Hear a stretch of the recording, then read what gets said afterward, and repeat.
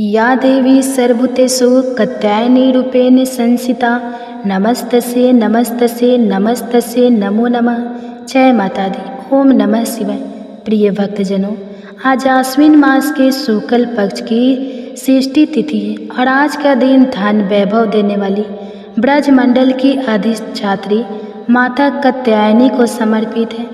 आज के दिन भक्ति भाव से माता कात्यायनी की व्रत कथा का श्रवण करने से श्रवणकर्ता को धन और प्रतिष्ठा की प्राप्ति होती है। तो आज मैं आपको सुनाने जा रही हूँ शारदीय नवरात्रि में सुनी जाने वाली माता कात्यायनी की बड़ी ही दुर्लभ कथा। पौराणिक कथा तो आप सभी भक्तजन इन कथाओं को बड़ी ही श्रद्धा और प्रसन्नचित मन से सुनिएगा। जब पृथ्वी पर असुरों का उत्पात बढ़ गया था, तब ऋषि मुनियों समस्त प्राणियों को दुष्ट असुरों के अत्याचार से मुक्ति दिलाने के लिए माँ आदिशक्ति कात्यायनी स्वरूप में प्रकट हुई थी। कत नामक एक प्रसिद्ध महर्षि थे। उनके पुत्र का नाम कात्यायनी था।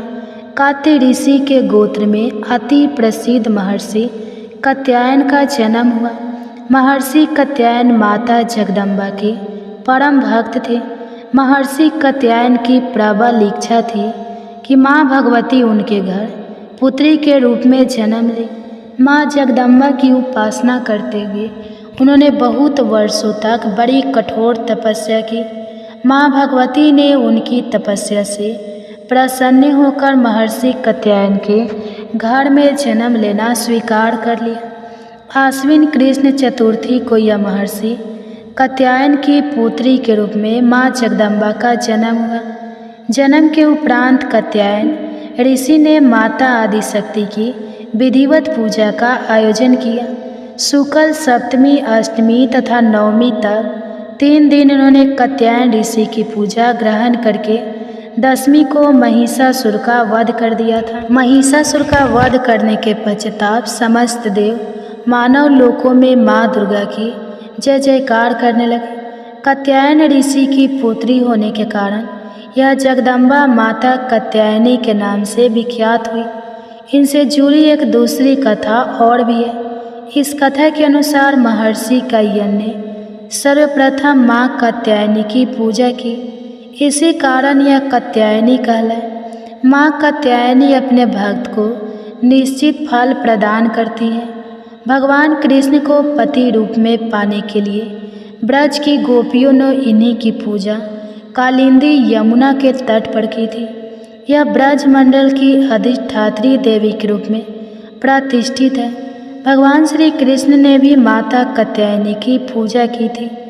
इनका स्वरूप अत्यंत ही भव्य और दिव्य है। इनका वर्ण सोने के समान चमकीला और उज्ज्वल है। इनकी 4 भुजाएं हैं। माता का दाहिनी तरफ का ऊपर वाला हाथ अभय मुद्रा में है तथा नीचे वाला वर यानी आशीर्वाद मुद्रा में है। बाईं तरफ के ऊपर वाले हाथ में तलवार और नीचे वाले हाथ में कमल पुष्प सुशोभित है। इनका वाहन सिंह है। इनकी भक्ति को परिपूर्ण आत्मदान करने वाले ऐसे भक्त को सहज भाव से माँ कात्यायनी के दर्शन प्राप्त हो जाते हैं। माँ कात्यायनी की भक्ति और उपासना द्वारा मनुष्य को बड़ी सरलता से अर्थ, धर्म, काम, मोक्ष चारों फलों की प्राप्ति हो जाती है। वह इस लोक में स्थिर रहकर भी अलौकिक तेज और प्रभाव से युक्त हो जाता है। उसके रोग, शोक, संताप, भय आदि सर्वथा विनष्ट हो जाते हैं। प्रिय भक्तजनों, आइए अब सुनते हैं कन्याकुमारी माता की कथा। शिवपुराण में लिखित एक बहुत ही प्रसिद्ध कथा के अनुसार वनासुर नाम के एक असुर ने देवताओं को अपने कुकर्मों से पीड़ित कर रखा था। सभी देवता इस असुर से मुक्ति पाना चाहते थे, लेकिन कोई भी इसे मार नहीं पा रहा था, क्योंकि इस असुर को भगवान शिव की ओर से वरदान प्राप्त था कि उसकी मृत्यु केवल कुमारी कन्या के हाथों से होगी। यह वरदान उसे भगवान शिव की कड़ी तपस्या के बाद मिला था। उसी राक्षस का वध करने के लिए आदिशक्ति के कंस से एक पुत्री को जन्मा गया। इस पुत्री का जन्म एक राजा के घर हुआ। राजा की 8 पुत्र और एक पुत्री थी। इसी पुत्री का नाम रखा गया कन्या। इस कन्या को भगवान शिव से प्रेम हुआ और उन्हें पाने के लिए कन्या ने कठोर तपस्या की। उनकी तपस्या से भगवान शिव प्रसन्न हुए और विवाह का वचन दिया। विवाह की तैयारियां शुरू की गई। इसके बाद भगवान शिव तय कार्यक्रम के अनुसार कैलाश से बारात लेकर चल दिए।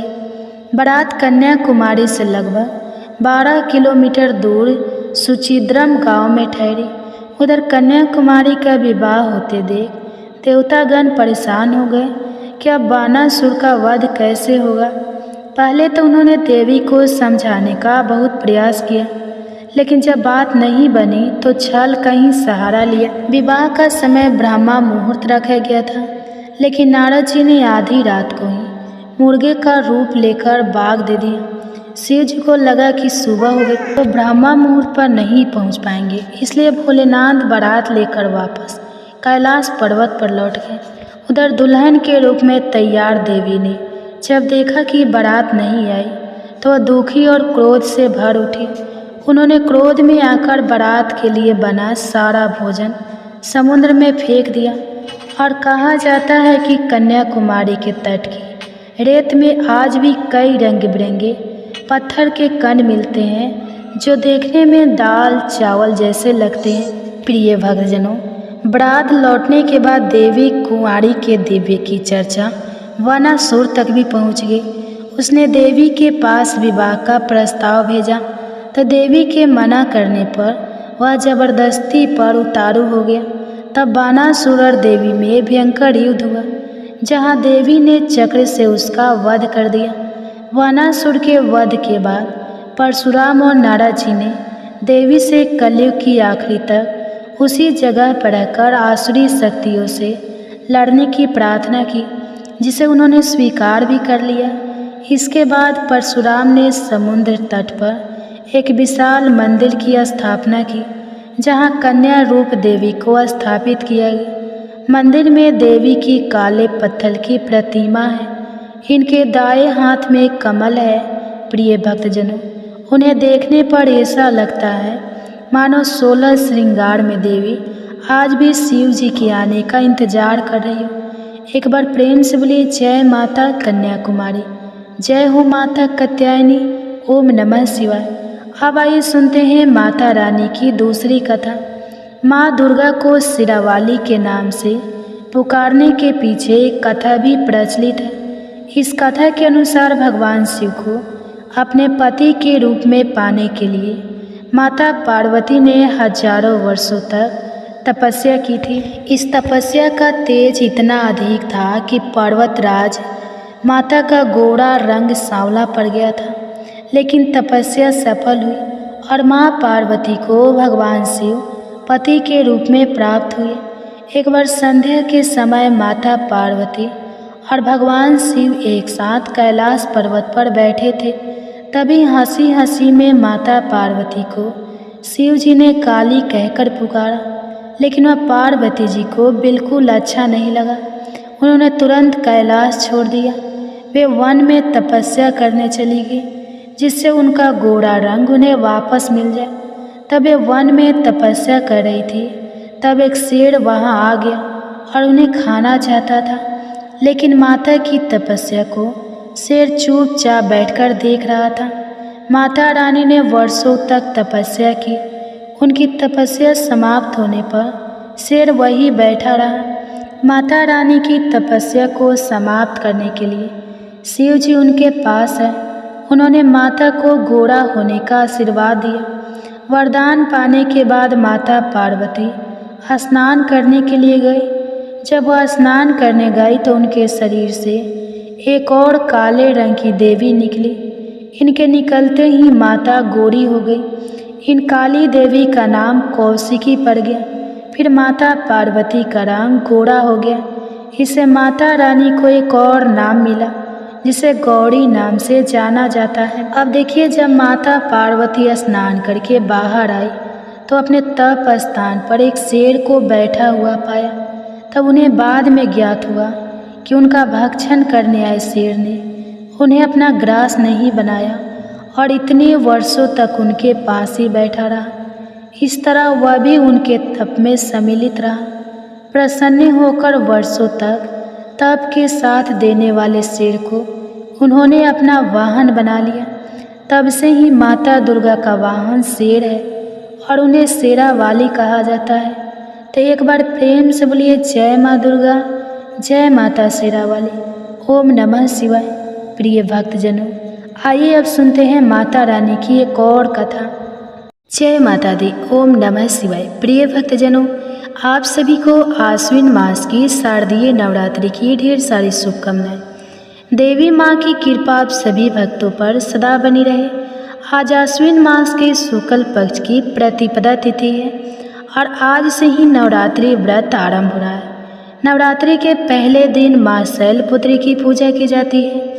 इस व्रत को करने से और कथा का श्रवण करने से दुख दरिद्री का नाश होता है, घर में सुख समृद्धि का वास होता है और व्यक्ति के सभी रुके हुए कार्य सिद्ध हो जाते हैं। तो आज मैं आपको सुनाने जा रही हूँ शारदीय नवरात्रि के प्रथम दिन सुनी जाने वाली नवरात्रि व्रत महालय की बड़ी ही दुर्लभ कथा।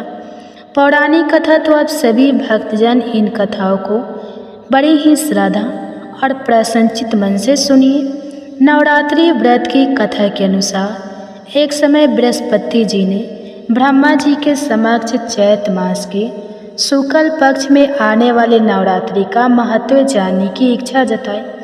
उन्होंने कहा, इस व्रत का क्या फल है, इसे किस प्रकार किया जाता है, सबसे पहले इस व्रत को किसने किया था, यह सब विस्तार से कहिए। बृहस्पति जी के प्रश्नों का जवाब देते हुए ब्रह्मा जी ने कहा, हे बृहस्पति, प्राणियों के हित की इच्छा से तुमने बहुत ही अच्छा प्रश्न किया है। जो मनुष्य की मनोरथ पूर्ण करने वाली माँ दुर्गा, महादेव सूर्य और नारायण का ध्यान करता है वे धन्य है। यह नवरात्रि इस व्रत संपूर्ण कामनाओं को पूर्ण करने वाला है। इस व्रत को करने से पुत्र, सुख, धन, विद्या और अपार सुख की अनुभूति होती है। इस व्रत को करने से रोग दूर हो जाता है, घर में सुख समृद्धि की वृद्धि होती है, बाज को पुत्र की प्राप्ति होती है, समस्त पाप से छुटकारा मिल जाता है। जो मनुष्य इस नवरात्रि व्रत को नहीं करता वह अनेक दुखों को भोगता है। यदि व्रत करने वाला मनुष्य सारे दिन का उपवास ना कर सके तो एक समय भोजन करे और 10 दिन बांधव सहित नवरात्रि व्रत की कथा का श्रवण करे। हे बृहस्पति, जिसने पहले इस महाव्रत को किया है वह कथा मैं तुम्हें सुनाता हूँ, तुम सन होकर सुनो। इस प्रकार ब्रह्मा जी का वचन सुनकर बृहस्पति जी बोले, हे ब्राह्मण, मनुष्य का कल्याण करने वाले इस व्रत के इतिहास को मेरे लिए कहो, मैं सावधान होकर सुन रहा हूँ। आपकी शरण में आए हुए मुझ पर कृपा करो। तब ब्रह्मा जी बोले, प्राचीन काल में मनोहर नगर में पीठ नाम का एक अनाथ ब्राह्मण रहता था। वह भगवती दुर्गा का भक्त था। उसके संपूर्ण सद्गुणों से युक्त सुमति नाम की एक अत्यंत सुंदरी कन्या उत्पन्न हुई। वह कन्या सुमति अपने पिता के घर बाल्यकाल में अपनी सहेलियों के साथ क्रीड़ा करती हुई इस प्रकार बढ़ने लगी जैसे शुक्ल पक्ष में चंद्रमा की काला बढ़ती है। उसका पिता प्रतिदिन जब दुर्गा माँ की पूजा करके होम किया करता और उस समय नियम से वहाँ उपस्थित रहती। एक दिन सुमति अपनी सखियों के साथ खेल में लगे और भगवती के पूजन में उपस्थित नहीं हुई। उसके पिता को पुत्री की ऐसी असावधानी देखकर क्रोध आया और वह पुत्री से कहने लगा, अरे दुष्ट पुत्री, आज तूने भगवती का पूजा नहीं किया, इस कारण मैं किसी कुष्ठ रोगी या दरिद्र मनुष्य के साथ तेरा विवाह करूँगा। पिता का ऐसा वचन सुनकर सुमति को बड़ा दुख हुआ और पिताजी से कहने लगी, हे पिताजी, मैं आपकी कन्या हूँ तथा सब तरह आपके अधीन हूँ। जैसी आपकी इच्छा हो वैसा ही करो। राजा से कुष्ठ नगर मेरा तो अटल विश्वास है। जो जैसा कर्म करता है उसको कर्मों के अनुसार वैसा ही फल प्राप्त होता है, क्योंकि कर्म करना मनुष्य के अधीन है पर फल देना ईश्वर के अधीन है। जैसे अग्नि में पड़ने से त्राण आदि उसको अधिक प्रदीप्त कर देते हैं। इस प्रकार कन्या के निर्भयता से कहे हुए वचन सुनकर उस ब्राह्मण ने क्रोधित होकर अपनी कन्या के विवाह एक पुष्ट के साथ कर दिया और अत्यंत क्रोधित होकर पुत्री से कहने लगा, हे पुत्री, अपने कर्म का फल भोगो। देखो भाग्य के भरोसे रहकर क्या करती हो। पिता के ऐसे कटु वचनों को सुनकर सुमति मन में विचार करने लगे, अहो मेरा बड़ा दुर्भाग्य है जिससे मुझे ऐसा पति मिला। इस तरह अपने दुख का विचार करते हुए वह कन्या अपने पति के साथ वन में चली गई और डरावनी कुशा युक्त उस निर्जल वन में उन्होंने वह रात बड़े कष्ट से व्यतीत की। उस गरीब बालिका की ऐसी दशा देखकर देवी भगवती ने पूर्व पुण्य के प्रभाव से प्रकट होकर सुमति से कहा, हे दिन ब्राह्मणी, मैं तुमसे बहुत प्रसन्न हूँ। तुम जो चाहो वरदान मांग सकती हो। भगवती दुर्गा का यह वचन सुनकर ब्राह्मणी ने कहा, आप कौन हैं? वह सब मुझसे कहो। तो ब्राह्मणी का ऐसा वचन सुनकर देवी ने कहा, मैं आदि शक्ति भगवती हूँ और मैं ही ब्रह्मा विद्या और सरस्वती हूँ। प्रसन्न होने पर मैं प्राणियों का दुख दूर कर उनको सुख प्रदान करती हूँ। हे ब्राह्मणी, मैं तुझ पर तेरे पूर्व जन्म के पुण्य के प्रभाव से प्रसन्न हूँ। तुम्हारे पूर्व जन्म का वृत्तांत सुनाती हूँ, उसे ध्यानपूर्वक सुनो। तो पूर्व जन्म में निषाद भील की स्त्री थी और अति पतिव्रता थी। एक दिन तेरे पति निषाद ने चोरी की। चोरी करने के कारण तुम दोनों को सिपाहियों ने पकड़ लिया और ले जाकर जेल खाने में कैद कर दिया।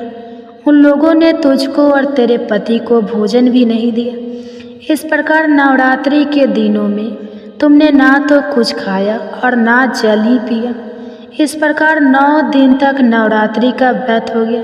हे ब्राह्मणी, उन दिनों में जो व्रत हुआ उसके प्रभाव से प्रसन्न होकर मैं तुझे मनोवांछित वर देती हूँ। तुम्हारी जो इच्छा हो सो मांग कर। इस प्रकार दुर्गा के वचन सुनकर ब्राह्मणी बोली, अगर आप मुझ पर प्रसन्न हैं तो हे माँ दुर्गे, मैं आपको प्रणाम करती हूँ। कृपा करके मेरे पति का कोढ़ दूर करो। तब देवी ने कहा, उन दिनों तुमने जो व्रत किया था उस व्रत का एक दिन का पुण्य पति का कोढ़ दूर करने के लिए अर्पण करो। उस पुण्य के प्रभाव से तेरा पति क्रोध से मुक्त हो जाएगा। ब्रह्मा जी बोले, इस प्रकार देवी के वचन सुनकर वह ब्राह्मणी बहुत प्रसन्न हुई और पति के निरोग करने की इच्छा से जब उसने तथास्तु कहा तब उसके पति का शरीर भगवती दुर्गा की कृपा से कुष्ठ रोग से रहित होकर अति कांतिवान हो गया। वह ब्राह्मणी पति की मनोहर देह को देखकर देवी की स्तुति करने लगी। हे माँ दुर्गे, आप दुर्गति को दूर करने वाली, तीनों लोकों का संताप हरने वाली, समस्त दुखों को दूर करने वाली, रोगी मनुष्य को निरोग करने वाली, प्रसन्न हो, मनोवांछित वर देने वाली और दुष्टों का नाश करने वाली, जगत की माता हो। अम्बे, मुझ निरपराध अबला को मेरे पति ने कुष्ठ नर कर घर से निकाल दिया। पिता से तिरस्कृत निर्जल वन में विचल रही हूँ। आपने मेरा इस विपदा से उद्धार किया है। हे देवी, आपको प्रणाम करती हूँ, मेरी रक्षा करो। ब्रह्मा जी बोले, हे बृहस्पति, उस ब्राह्मणी की ऐसी स्तुति सुनकर देवी बहुत प्रसन्न हुई और ब्राह्मणी से कहा, हे ब्राह्मणी, तेरे उदाल नामक अति बुद्धिमान, धनवान, कृतिवान और जितेंद्रिय पुत्र शीघ्र उत्पन्न होगा। ऐसा वर प्रदान करके देवी ने ब्राह्मणी से फिर कहा, हे ब्राह्मणी, और जो कुछ तेरी इच्छा हो मांग लो। भगवती दुर्गा का ऐसा वचन सुनकर सुमति ने कहा, हे भगवती दुर्गे, अगर आप मुझ पर प्रसन्न हैं तो कृपा कर मुझे नवरात्रि व्रत की विधि और उसके फल का विस्तार से वर्णन करें। इस प्रकार ब्राह्मणी के वचन सुनकर देवी दुर्गा ने कहा, हे ब्राह्मणी, मैं तुम्हें संपूर्ण पापों को दूर करने वाले नवरात्रि व्रत की विधि बताती हूँ, जिसको सुनने से मोक्ष की प्राप्ति होती है। अश्विन मास के कृष्ण पक्ष की प्रतिपदा से लेकर 9 दिन तक विधि पूर्वक व्रत करे। यदि दिन भर का व्रत ना कर सके तो एक समय भोजन करे। विद्वान ब्राह्मणों से पूछकर घट स्थापना करे और वाटिका बनाकर उसको प्रतिदिन जल से सींचे। महाकाली, महालक्ष्मी और महासरस्वती देवी की मूर्तियां स्थापित करके उनकी नित्य विधि सहित पूजा करें और पुष्पों से विधि पूर्वक अर्घ्य दे। बिजौड़ा के फल से अर्घ्य देने के रूप की प्राप्ति होती है। जायफल से अर्घ्य देने से कृति, दाग से अर्घ्य देने से कार्य की सिद्धि होती है। आंवले से अर्घ्य देने से सुख की प्राप्ति और केले से अर्घ्य देने से आभूषणों की प्राप्ति होती है। इस प्रकार पुष्पों और फलों से अर्घ्य देकर व्रत समाप्त होने पर 9वें दिन यथा विधि हवन करें। खांड, घी, गेहूँ, शहद, जो तिल, बेल, नारियल, दाख और कदम्ब आदि से हवन करें। गेहूँ से होम करने से लक्ष्मी की प्राप्ति होती है। खीर एवं चंपा के पुष्पों से धन की और बेल के पत्तों से तेज और सुख की प्राप्ति होती है। आंवले से कृति और केले से पुत्र की, कमल से राज सम्मान की और दाखों से संपदा की प्राप्ति होती है। खांड, घी, नारियल, शहद, जौ और तिल तथा फलों से होम करने से मनोवांछित वस्तु की प्राप्ति होती है।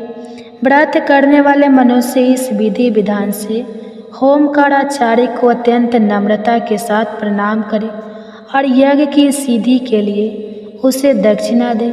इस प्रकार बताई हुई विधि के अनुसार जो व्यक्ति व्रत करता है उसके सब मनोरथ सिद्ध होते हैं। इसमें तनिक भी संदेह नहीं है। इन 9 दिनों में जो कुछ दान दिया जाता है उसका करोड़ों गुना फल मिलता है। इस नवरात्रि व्रत को करने से अश्वमेध यज्ञ का फल मिलता है। हे ब्राह्मणी, इस संपूर्ण कामनाओं को पूर्ण करने वाले उत्तम व्रत को तीर्थ, मंदिर अथवा घर में विधि के अनुसार करें। ब्रह्मा जी कहते हैं, हे बृहस्पति, इस प्रकार ब्राह्मणी को व्रत की विधि और फल बताकर देवी अंतर्ध्यान हो गई। जो मनुष्य स्त्री इस व्रत को विधि पूर्वक करता है वह इस लोक में सुख प्राप्त कर अंत में दुर्लभ मोक्ष को प्राप्त होता है। हे बृहस्पति, यह इस दुर्लभ व्रत का महात्म्य है जो मैंने तुम्हें बताया है। यह सुनकर बृहस्पति जी आनंद से प्रफुल्लित होकर ब्रह्मा जी से कहने लगे, हे ब्राह्मण, आपने मुझ पर अति कृपा की जो मुझे इस नवरात्रि व्रत का महात्म सुनाया। ब्रह्मा जी बोले, हे बृहस्पति, यह देवी भगवती शक्ति संपूर्ण लोकों का पालन करने वाली है। इस महादेवी के प्रभाव को कौन जान सकता है? तो प्रेम से बोलो, देवी भगवती की जय। ओम नमः शिवाय। जय माता दी। प्रिय भक्तजनों, आज नवरात्रि का प्रथम दिन है, तो आज हम श्रवण करेंगे माता दुर्गा के प्रथम रूप माँ शैलपुत्री की कथा। माँ दुर्गा अपने पहले स्वरूप में शैलपुत्री के नाम से पूजी जाती है। पर्वतराज हिमालय की पुत्री होने के कारण इनका नाम शैलपुत्री पड़ा। अपने पूर्व जन्म में यह प्रजापति दक्ष की कन्या के रूप में उत्पन्न हुई थी, तब इनका नाम सती था। इनका विवाह भगवान शंकर जी से हुआ था।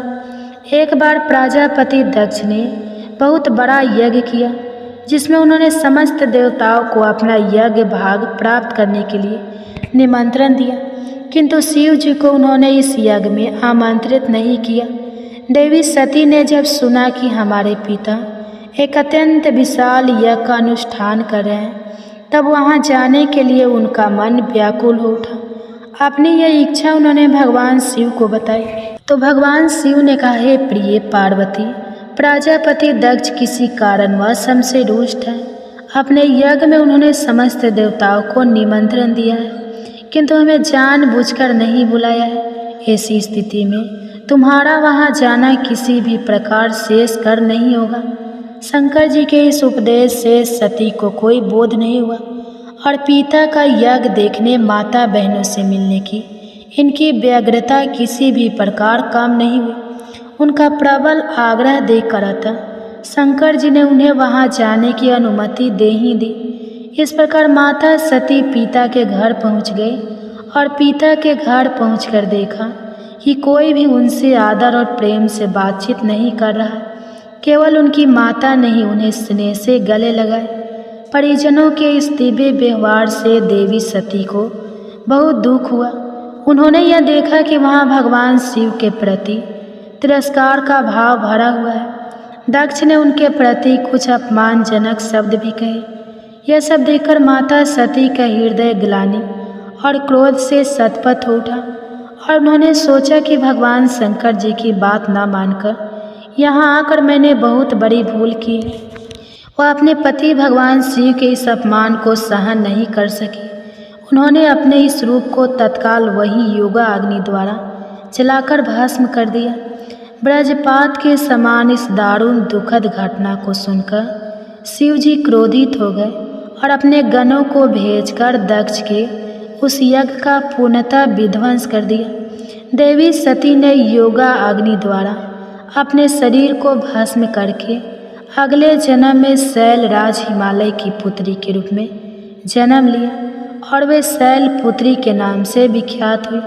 पार्वती और हेमवती भी उन्हीं के नाम हैं। प्रिय भक्तजनों, इस जन्म में भी शैल पुत्री देवी का विवाह भगवान शिव जी से ही हुआ।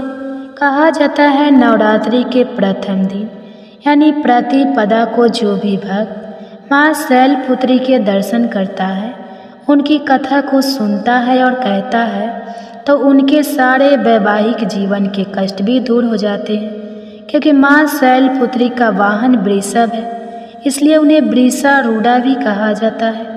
उनके बाएं हाथ में कमल और दाएं हाथ में त्रिशूल रहता है। प्रिय भक्तजनों, प्रेम से बोलिए माँ शैल पुत्री की जय। जय माँ भवानी। ओम नमः शिवाय। प्रिय भक्तगणों, आइए अब सुनते हैं माता वैष्णो देवी की कथा। हंसाली नामा गांव में माँ वैष्णो देवी के परम भक्त श्रीधर रहा करते थे। वे निसंतान होने से दुखी रहते थे। एक दिन उन्होंने नवरात्रि पूजन के लिए कुमारी कन्याओं को बुलवाया। माँ वैष्णो देवी कन्या वेश में उन्हीं के बीच आ बैठी और पूजन के बाद जब सभी कन्याएं चली गई पर वैष्णो देवी वहीं रही और श्रीधर से बोली सबको अपने घर भंडारे का निमंत्रण दिया। तो श्रीधर ने उस दिव्य कन्या की बात मान ली और आसपास के गांव में भंडारे का संदेश पहुंचा दिया। वहां से लौटकर आते समय गुरु गोरखनाथ और उनके शिष्य बाबा भैरवनाथ जी के साथ उनके दूसरे शिष्य को भी भोजन का निमंत्रण दिया। भोजन का निमंत्रण पाकर सभी गांववासी अचंभित थे कि वह कौन सी कन्या है जो इतने सारे लोगों को भोजन करवाना चाहती है। इसके बाद भक्त श्रीधर के घर में अनेक गांववासी आकर भोजन के लिए जमा हो गए। तब कन्या रूपी माँ का वैष्णो देवी ने एक विचित्र पात्र से सभी को भोजन परोसना शुरू किया। भोजन परोसते हुए जब वह कन्या भैरवनाथ के पास गई तब उसने कहा कि मैं तो खीर पूरी की जगह मांस खाऊंगा और मदीना पान करूंगा। तब कन्या रूपी माँ ने उसे समझाया कि अब ब्राह्मण के यहाँ का भोजन है, इसमें मांसाहार नहीं किया जाता। किंतु भैरवनाथ जानबूझकर अपनी बात पर अड़ा रहा। जब भैरवनाथ ने उस कन्या को पकड़ना चाहा तब माँ ने उसके कपट को जान लिया। माँ वायु रूप में बदलकर त्रिकुटा पर्वत की ओर चली गई। भैरवनाथ भी उनके पीछे गया। माना जाता है कि माँ की रक्षा के लिए पवन पुत्र हनुमान जी भी थे। हनुमान जी को प्यास लगने पर माता ने उनके आग्रह पर धनुष से पहाड़ पर पान गिर चलाकर एक जल धारा निकाली और उस जल में अपने केस धोए। आज यह पवित्र जल धारा बाण गंगा के नाम से जानी जाती है। इसके पवित्र जल को पीने या इसमें स्नान करने से श्रद्धालुओं की सारी थकावट और कष्ट तकलीफ दूर हो जाती है। इस दौरान माता ने गुफा में प्रवेश करके 9 माह तक तपस्या की। भैरवनाथ भी उनके पीछे वहाँ तक आ गया। तब एक साधु ने भैरवनाथ से कहा कि तू जिसे एक कन्या समझ रहा है वह आदि शक्ति जगदम्बा है, इसलिए उस महाशक्ति का पीछा छोड़ दे। भैरवनाथ ने साधु की बात मान ली। तब माता गुफा की दूसरी ओर से मार्ग बनाकर बाहर निकल गए। यह गुफा आज भी अर्धकुमारी या आदि कुमारी या गर्भ जून के नाम से प्रसिद्ध है। अर्धकुमारी के पहले मान की चरण पादुका भी है। यह वह स्थान है जहाँ माता ने भागते भागते मुड़कर भैरवनाथ को देखा था। गुफा से बाहर निकलकर कन्या ने देवी का रूप धारण किया। माता ने भैरवनाथ को चेताया और वापस जाने को कहा। फिर भी जब वह नहीं माना तो माता गुफा के भीतर चली गई। तब माता की रक्षा के लिए हनुमान जी गुफा के बाहर ही थे और उन्होंने भैरवनाथ से युद्ध किया। भैरवनाथ ने फिर भी हार नहीं मानी। जब वीर हनुमान निडर होने लगे तब माता वैष्णवी ने महाकाली का रूप लेकर भैरवनाथ का संहार कर दिया। भैरवनाथ का सिर कटकर भवन से 8 किलोमीटर दूर त्रिकुट पर्वत की भैरव घाटी में गिरा। उस स्थान को भैरवनाथ के मंदिर के नाम से जाना जाता है। जिस स्थान पर माँ वैष्णव देवी ने हट्टी भैरवनाथ का वध किया वह स्थान पवित्र गुफा अथवा भवन के नाम से प्रसिद्ध है। इसी स्थान पर माँ महाकाली, दाई माँ महासरस्वती, मध्य में और महाकाली महालक्ष्मी बाई पिंडी के रूप में गुफा में विराजमान है। इन तीनों के सम्मिलित रूप को ही माँ वैष्णव देवी का रूप कहा जाता है। कहा जाता है कि अपने वध के बाद भैरवनाथ को अपनी भूल का पश्चाताप हुआ और उसने माँ से क्षमा दान की भीख मांगी। माता वैष्णव देवी जानती थी कि उन पर हमला करने से पीछे भैरव की प्रमुख मनसा मोक्ष प्राप्त करने की थी। उन्होंने न केवल भैरव को पूर्ण जन्म के चक्र से मुक्ति प्रदान की बल्कि उसे वरदान देते हुए कहा कि मेरे दर्शन तब तक पूरे नहीं माने जाएंगे जब तक कोई भी भक्त मेरे बाद तुम्हारे दर्शन नहीं करेगा। उसी मान्यता के अनुसार आज भी भक्त माता वैष्णव देवी के दर्शन करने के बाद करीब 1.5 किलोमीटर की खड़ी चढ़ाई करके भैरवनाथ के दर्शन करने जाते हैं। इस बीच वैष्णव देवी ने 3 पिंड सिर सहित एक चट्टान का आकार ग्रहण किया और सदा के लिए ध्यान मग्न हो गई। इस बीच पंडित श्रीधर अधीर हो गए। वे त्रिकुटा पर्वत की ओर उसी रास्ते आगे बढ़े जो उन्होंने सपने में देखा था। अतः वे गुफा के द्वार पर पहुँचे और उन्होंने कई विधियों से पिंडों की पूजा को अपनी दिनचर्या बना ली। देवी उनकी पूजा से प्रसन्न हुई। वे उनके सामने प्रकट हुई और उन्हें आशीर्वाद दिया। तब से श्रीधर और उनके वंशज देवी माँ वैष्णव देवी की पूजा करा रहे हैं और माता वैष्णव देवी अपने भक्तों का कल्याण निरंतर करती आ रही है। हिंदू पौराणिक मान्यताओं में जगत में धर्म की हानि होने और अधर्म की शक्तियों के बढ़ने पर आदि शक्ति के सतरज और तम तीनों रूप महासरस्वती, महालक्ष्मी और महादुर्गा ने अपनी सामूहिक बल से धर्म की रक्षा के लिए एक कन्या प्रकट की। यह त्रेता युग में भारत के दक्षिण समुद्र तट रामेश्वरम में पंडित रत्नाकर की पुत्री के रूप में अवतरित हुई। कई साल से संतानहीन रत्नाकर ने बच्ची को त्रिकुटा नाम दिया, परंतु भगवान विष्णु के अंश रूप में प्रकट होने के कारण वैष्णवी नाम से विख्यात हुई। लगभग 9 वर्ष की होने पर उस कन्या को जब यह मालूम हुआ कि भगवान विष्णु ने इस भूलोक में भगवान श्री राम के रूप में अवतार लिया है, तब वह भगवान श्री राम को पति मानकर उसको पाने के लिए कठोर तप करने लगी। जब श्री रामचंद्र जी सीता हरण के बाद सीता की खोज करते हुए रामेश्वरम पहुँचे तब समुद्र तट पर ध्यान मग्न कन्या को देखा। उस कन्या ने भगवान श्री रामचंद्र जी से पत्नी के रूप में स्वीकार करने को कहा।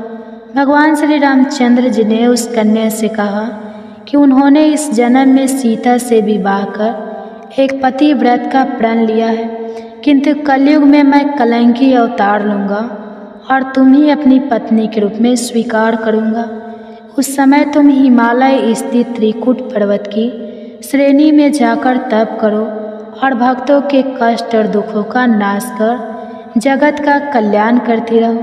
प्रिय भक्तजनों, जब श्री रामचंद्र जी ने रावण के विरुद्ध विजय प्राप्त किया तब माँ ने नवरात्रि मनाने का निर्णय किया। इसलिए उक्त संदर्भ में लोग नवरात्रि के 9 दिनों की अवधि में रामायण का पाठ करते हैं। श्री रामचंद्र जी ने वचन दिया था कि समस्त संसार द्वारा माँ वैष्णव की स्तुति की जाएगी, त्रिकूटा वैष्णव देवी के रूप में प्रसिद्ध होंगी और सदा के लिए अमर हो जाएंगी। प्रेम से बोले माता वैष्णव देवी की जय। ओम नमः शिवाय। जय शिव शंभु। हरे कृष्ण। प्रिय भक्तजनों, उम्मीद करती हूँ आज की यह कथा आपको बहुत पसंद आई होगी। अगर आपको यह कथा पसंद आई है तो आप हमारी वीडियो को लाइक करें, शेयर करें और सब्सक्राइब करें और हमारे कमेंट्स में जय माता दी, जय माँ दुर्गा अवश्य लिखें। आपका जीवन सदैव आनंदमय और खुशियों से परिपूर्ण हो, इसी कामना के साथ आपसे विदा लेते हैं। मिलते हैं अगले वीडियो में। तब तक के लिए आप सभी को मेरा हार्दिक नमस्कार। या देवी सर्वभूतेषु मूर्तिरूपेण संस्थिता नमस्तस्यै नमस्तस्यै नमस्तस्यै नमो नमः। प्रेम से बोलिए माँ भगवती की जय, माँ दुर्गा की जय। प्रिय श्रोताओ, आज आप सुनेंगे दुर्गा सप्तशती पाठ का 12वां अध्याय और 13वां अध्याय। इसके बाद आप सुनेंगे क्षमा प्रार्थना और उसके बाद सुनेंगे कील, कवच और अलगला। तो चलिए शुरुआत करते हैं दुर्गा सप्तशती पाठ का 12वां अध्याय। देवी ने देवताओं से कहा, हे देवी, जो भी प्राणी तन्मय होकर नित्य प्रीति मेरा सत्वन करेगा उसके समस्त कष्टों को मैं निश्चित रूप से नष्ट कर दूंगी। जो कोई मधु कैटभ का नाश, महिषासुर एवं शुंभ निशुंभ के वध का पाठ वर्णन करेगा तथा अष्टमी, नवमी और चतुर्दशी के दिन मेरा महात्म्य का फल स्थिरचित होकर सुनेगा, वह कभी पाप की छाया से ग्रसित नहीं होगा। उस मनुष्य पर दुष्कर्म जनित विपत्तियाँ भी नहीं आएंगी। उसके घर में कभी दरिद्र का प्रवेश नहीं होगा और न तो उसे कभी प्रयोजनों के बीचों का कष्ट सहना पड़ेगा। इसके अतिरिक्त उन लोगों को शत्रु, लुटेरे, राजा, शास्त्र, अग्नि एवं जलांतर भी नहीं होगा।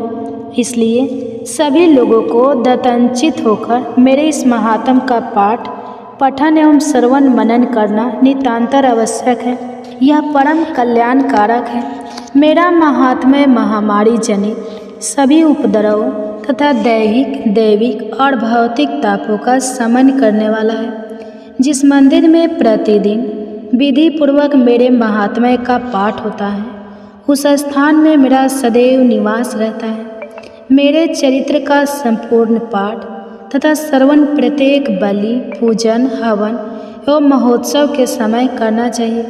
जो व्यक्ति अनजान में या मेरे उद्देश्य से विधि पूर्वक पूजा, बलि या हवन आदि कर्म करेगा, उसे मैं प्रसन्नतापूर्वक स्वीकार करूँगी। शारदीय नवरात्र में जो प्राणी मेरे इस महात्म्य को भक्ति भाव से सुनेगा, वह मेरे प्रसाद से संपूर्ण विपत्तियों से छूटकर धन्य धान्य तथा पुत्र आदि से संपन्न होगा। इसमें किसी प्रकार का संदेह नहीं है। मेरे महात्म्य उत्पत्ति, कथा तथा युद्ध संबंधी रण कौशल के श्रवण मात्र से ही मनुष्य भीति रहित हो जाता है और मेरे महात्म्य को सुनने वाले व्यक्ति के सभी शत्रु नष्ट हो जाते हैं एवं उनका कल्याण होता है तथा उनके यहाँ पारिवारिक सुख रहता है। शांति कर्म में, अशुभ स्वप्न दर्शन में तथा ग्रहों के कुप्रभाव के फलस्वरूप भीषण कष्ट भुगतने पर मेरे इस महात्म्य का श्रवण करना उचित है। इस प्रकार सभी प्रकार की बाधाएं एवं ग्रह जनित भयंकर पीड़ाओं का निवारण होता है और अशुभकारी स्वप्न का फल भी मंगलदायक होता है। यह महात्म्य बाल ग्रहों से पीड़ित बालकों के लिए शांतिदायक तथा मानव संगठन में परस्पर मतभेद उत्पन्न होने पर उनमें मित्रता स्थापित करता है। इस महात्म्य से समग्र दुरात्माओं की शक्ति का क्षय होता है। साथ ही इसके पाठ से दानव, भूतों तथा प्रेत बाधाओं का शमन होता है। मेरे निकट जीव को पहुँचाने से मेरा यह महात्म्य ही एकमात्र हमारा साधन है, किसी उपासक के द्वारा लगातार साल भर तक पशु, पुष्प, अर्घ्य, धूप, दीप, गंधर्व आदि उत्तम पदार्थों द्वारा पूजन करने, ब्राह्मणों को भोजन देने, होशादि कर्म कराने, नित्य अभिषेक करने, विविध प्रकार के सुस्वादु नैवेद्य अर्पित करने तथा दान देने से मुझे उतनी प्रसन्नता नहीं होती जितनी उस उत्तम चरित्र को एक बार सुनने से होती है। इस महात्म्य के श्रवण करने से पापों का क्षय एवं आरोग्य प्राप्त होती है। मेरी उत्पत्ति का गुणानुवाद, संपूर्ण प्राणियों का रक्षक तथा मेरा युद्धकालीन चरित्र दुराचारी दानव का विनाशक है। इसके श्रवण करने से ही मानव भय मुक्त हो जाता है। हे देवताओं, तुमने तथा ऋषियों ने मेरी जो स्तुतियाँ की है तथा ब्रह्मा जी के द्वारा जो स्तुति गान हुआ है, वे सभी मांगलिक बुद्धि का अभिथान करती है।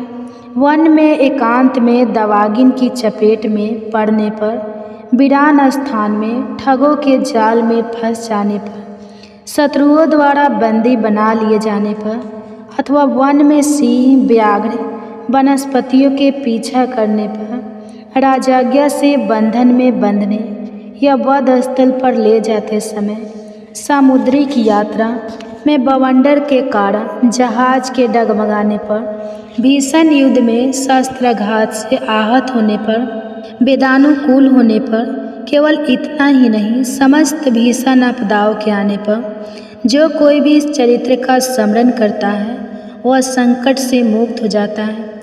मेरे प्रभाव से सिंह आदि हिंसक जंतु पलायित हो जाते हैं तथा लुटेरे शत्रुओं आदि को भी मेरा स्मरण करने वालों के पास फटकने का साहस नहीं होता। इसके अंतर ऋषि ने कहा। इतना कहने के बाद प्रबल पराक्रमशिलिनी भगवती चंडिका वही सब देवगणों के सामने अंतर्निहित हो गई। सभी देवता शत्रु रहित होने से पहले की तरह निर्भीक होकर यह अज्ञास का उपभोग करने लगे तथा अपने अपने अधिकारों की बागडोर संभालने लगे। महाबलवान दैत्य शुंभ निशुंभ संहार के बाद बचे खुचे दैत्यगण पाताल लोक को चले गए। हे राजन, इसी प्रकार जगजननी अंबिका शाश्वत और नित्य होने पर भी बार बार अवतार लेकर पृथ्वी का भार हरण करके संसार की रक्षा करती है। वे ही इस विश्व को मुग्ध करती है, जगत की उत्पत्ति करती है और विनय करने पर संतुष्ट होकर विज्ञान एवं समृद्धि प्रदान करती है। हे राजन, वे महाकाली ही महाप्रलय काल में महामारी स्वरूप में समस्त ब्रह्मांड में परिव्यापक रहती है। समय समय पर वे ही महामारी रूप होती है और अजन्मा होकर भी यही स्वतः सृष्टि के रूप में उत्पन्न होती है। समय अनुसार वे सनातनी देवी ही संपूर्ण जीवों की रक्षा करती है।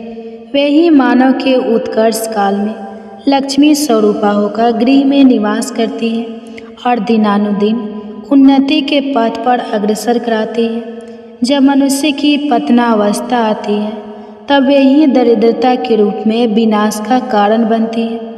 जो कोई पुष्प, धूप, गंध आदि से उनका विधिवत पूजन करके गुणगान करता है, उसे वे धन, धान्य, सद्गति, सद्बुद्धि और पुत्र आदि से परिपूर्ण कर देती है। इस प्रकार 12वां अध्याय समाप्त हुआ।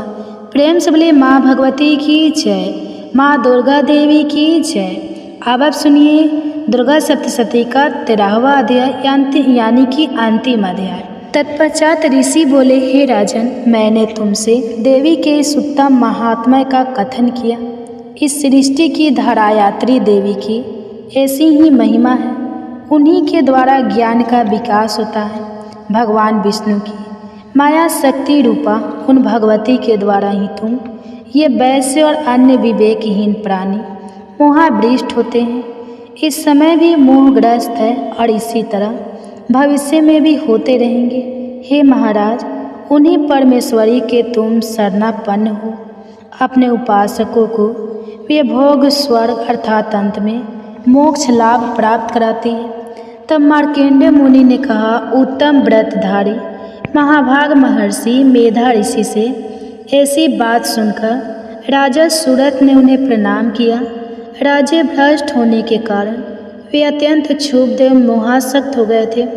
महामुनि इसके बाद राजा सूरत और वैश्य उसी क्षण विरक्त होकर तप शरण के लिए वन में चले गए। वहाँ जाकर वे जगदम्बा के दर्शनार्थ नदी के तट पर तपस्या में लीन हो गए। वह वैश्य देवी सूक्त का उत्तम जप करता हुआ तपस्या में रत हुआ। वे दोनों ही साधक नदी के तीर पर देवी की मनमय मूर्ति स्थापित कर उनकी पुष्प धूप और होम आदि कर्म के द्वारा उपासना में लग गए। सबसे पहले उन दोनों ने अपने आहार को सौलभ कर दिया। तदंतर उपवास करके एकाग्रचित से देवी का ध्यान करने लगे। वे दोनों अनवरत 3 वर्षों तक संयम पूर्वक अपने शरीर के रक्त सिंचित बलि को निवेदित करते हुए आराधना में तल्लीन रहे। उन दोनों की कठोर साधना से संतुष्ट होकर जगत जननी चंडिका देवी ने प्रकट होकर कहा। देवी ने कहा, हे राजन तथा अपने वंश को हर्षित करने वाले वैसे तुम लोगों की जो भी वांछा हर्षित करने वाले वैसे तुम लोगों की जो भी वांछा हो वह मुझसे मांग लो। मैं तुम दोनों पर प्रसन्न हूँ, अतः तुम्हारे लिए मेरे पास कुछ भी अदेय नहीं है। तब मार्कंडेय मुनि ने कहा, राजा ने देवी की बात सुनकर पूर्ण जन्म में अखंड राज्य सुख भोग करने का वर तथा वर्तमान जन्म में भी शत्रु के सैनिक समूह को परास्त करके पुनः राज्य हस्तगत करने का वरदान प्राप्त किया। वैसे बहुत ही बुद्धिमान व्यक्ति था। उसका चित्त संसारिक कर्मों से विरक्त हो चुका था, इसलिए उस वैश्य ने देवी से ममता रहित एवं अज्ञान विनाशक ज्ञान की प्राप्ति का वरदान मांग लिया। देवी ने पुनः कहा, हे राजन तुम अपने शत्रुओं को पराजित करके अल्प समय में ही अपने राज्य को पुनः प्राप्त कर लोगे। अब इस राज्य पर तुम्हारा स्थायी प्रभुत्व रहेगा। तुम मृत्यु के बाद सूर्य देव के अंश से जन्म ग्रहण करके इस भूलोक में स्वर्णिक मनु के नाम से प्रसिद्ध होगे। हे वैश्य श्रेष्ठ, तुमने मुझसे जिस वर प्राप्ति की कामना की है उसे भी मैं तुम्हें हर्ष देती हूँ। तुम्हें मोक्ष लाभ के हेतु ज्ञान की उपलब्धि होगी। तब मार्कंडेय जी ने कहा, उन दोनों भक्तों को अभिलषित वर प्रदान करके तथा उन दोनों के द्वारा अपना स्तुति पाठ सुनकर देवी वहीं अंतर ध्यान हो गई। देवी के इस प्रकार दुर्लभ वर पाकर क्षत्रियों में श्रेष्ठ सूरत नामक राजा सूर्य के अंश से उत्पन्न हो भविष्य में स्वर्णिक मनु के नाम से विख्यात हुए। इस प्रकार 13वां अध्याय समाप्त हुआ। प्रेम से बोलिए माँ भगवती की जय, माँ जगत जननी दुर्गा की जय। अब आप सुनिए क्षमा प्रार्थना। या देवी सर्वभूतेषु विष्णुमायति शब्दिता नमस्तस्यै नमस्तस्यै नमस्तस्यै नमो नमः। या देवी सर्वभूतेषु चेतनेते विद्यते नमस्तस्यै नमस्तस्यै नमस्तस्यै नमो नमः। या देवी सर्वभूतेषु बुद्धिरूपेण संस्थिता नमस्तस्यै नमस्तस्यै नमस्तस्यै नमो नमः। या देवी सर्वभूतेषु निद्रारूपेण संस्थिता नमस्तस्यै नमस्तस्यै नमस्तस्यै नमो नमः। या देवी सर्वभूतेषु क्षुद्रारूपेण संस्थिता नमस्तस्यै नमस्तस्यै नमस्तस्यै नमो नमः। या देवी सर्वभूतेषु क्षयारूपेण संस्थिता नमस्तस्यै नमस्तस्यै नमस्तस्यै नमो नमः। या देवी सर्वभूतेषु शक्तिरूपेण संस्थिता नमस्तस्यै नमस्तस्यै नमस्तस्यै नमो नमः। या देवी सर्वभूतेषु तृष्णारूपेण संस्थिता नमस्तस्यै नमस्तस्यै नमस्तस्यै नमो नमः। या देवी सर्वभूतेषु शान्तिरूपेण संस्थिता नमस्तस्यै नमस्तस्यै नमस्तस्यै नमो नमः। या देवी सर्वभूतेषु जातिरूपेण संस्थिता नमस्तस्यै नमस्तस्यै नमस्तस्यै नमो नमः। या देवी सर्वभूतेषु लज्जारूपेण संस्थिता नमस्तस्यै नमस्तस्यै नमस्तस्यै नमो नमः। या देवी सर्वभूतेषु शान्तिरूपेण संस्थिता नमस्तस्यै नमस्तस्यै नमस्तस्यै नमो नमः। या देवी सर्वभूतेषु श्रद्धारूपेण संस्थिता नमस्तस्यै नमस्तस्यै नमस्तस्यै नमो नमः। या देवी सर्वभूतेषु कान्तिरूपेण संस्थिता नमस्तस्यै नमस्तस्यै नमस्तस्यै नमो नमः। या देवी सर्वभूतेषु लक्ष्मीरूपेण संस्थिता नमस्तस्यै नमस्तस्यै नमस्तस्यै नमो नमः। या देवी सर्वभूतेषु वृत्तिरूपेण संस्थिता नमस्तस्यै नमस्तस्यै नमस्तस्यै नमो नमः। या देवी सर्वभूतेषु समृद्धिरूपेण संस्थिता नमस्तस्यै नमस्तस्यै नमस्तस्यै नमो नमः। या देवी सर्वभूतेषु दयारूपेण संस्थिता नमस्तस्यै नमस्तस्यै नमस्तस्यै नमो नमः। या देवी सर्वभूतेषु दृष्टिरूपेण संस्थिता नमस्तस्यै नमस्तस्यै नमस्तस्यै नमो नमः। या देवी सर्वभूतेषु मातृरूपेण संस्थिता नमस्तस्यै नमस्तस्यै नमस्तस्यै नमो नमः। या देवी सर्वभूतेषु भ्रान्तिरूपेण संस्थिता नमस्तस्यै नमस्तस्यै नमस्तस्यै नमो नमः।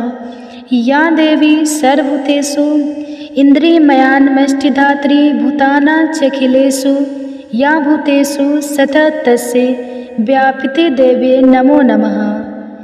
चित्तिरूपेण या कृतनिमेदत् व्यापतिस्था जगत नमस्तस्यै नमस्तस्यै नमस्तस्यै नमो नमः। इस तरह क्षमा प्रार्थना समाप्त हुआ। प्रेम से बोले माँ भगवती की जय, माँ दुर्गा की जय, माँ कात्यायनी की जय। अब आप सुनिए माँ कात्यायनी की पौराणिक कथा।